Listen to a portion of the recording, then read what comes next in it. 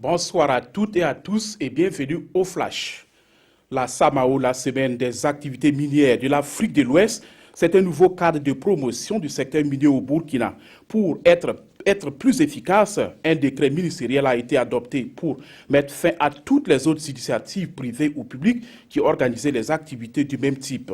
Selon le secrétaire général du ministère en charge des mines, il s'agit de diversifier et de rassembler toutes les activités du secteur minier. La SAMAO se tiendra pour la première fois du 22 au 24 septembre 2016.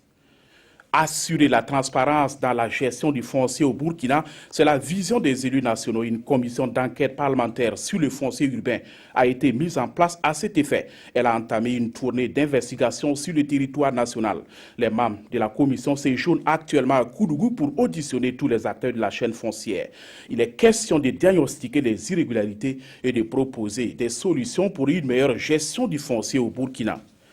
Le samedi 27 août 2016, une date à retenir pour les mélomanes du coupé-décalé de la musique traditionnelle et mandingue.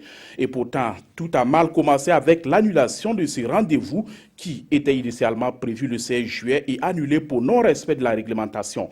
Le voilà prévu de nouveau pour samedi prochain au stade municipal. Le concert de l'amitié va réunir 7 artistes sur scène dont Greg Zougnazarmda, Sidiki Diakité et Shadow Chris. Et selon le promoteur, cette fois-ci, c'est la bonne et il promet un concert de taille aux mélomanes.